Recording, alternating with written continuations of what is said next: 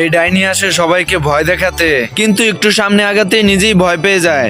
বলিস কি? মানে গাইস, নিজে ডাইনি হয়ে নকল ভূতকে দেখে ভয় পায়। আমি বিশ্বাস করি না। আর এদিকে হাঁসের বাচ্চাগুলো ভূত সেজে বড় হাঁসের কাছে আসে চাঁদা চাওয়ার জন্য।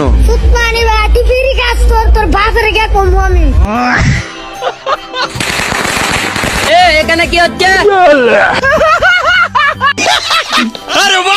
ডাইনি হাঁসের বাচ্চাগুলো নাজেহাল অবস্থা দেখে তাই সিদ্ধান্ত নেয় বড় হাঁসকে ভয় দেখাবে। এদিকে হাঁস ডাইনির সব কথা শুনে ফেলে, তাই ডাইনিকে নকল ভাবতে থাকে এবং ডাইনির নাক কান চুল ধরে টানতে থাকে। এসব দেখে ডাইনি হাঁসের বাচ্চাদের কাছে চলে যায় এবং পরামর্শ করতে থাকে।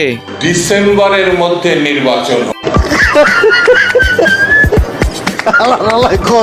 এই ডাইনি হাঁসকে ভয় দেখিয়ে ঘর লুট করে নেওয়ার প্ল্যানিং করছে। আসসালামু আলাইকুম মোটা খাসি। ডাইনি জাদু দিয়ে সব বস্তুকে জীবিত করে ফেলছে। ডাইনির ভয়ঙ্কর জাদু দেখে হাঁস তো পুরোই ভয় পেয়ে যায়। বলিস কি? हे प्रभु हे हरि राम कृष्ण जगन। वाह क्या लड़का है, वेरी हैंडसम बॉय, इससे तो बहुत मजा आएगा। এরপর ডাইনি খাবারের গুদামের চাবি নেওয়ার জন্য হাঁসের কাছে চলে আসে। আমার মাফ করে দে হুজুর, আমার ভুল হয়ে হাঁসের খাবার বের করা দেখে ডাইনির দল তো খুবই খুশি হয়ে যায়।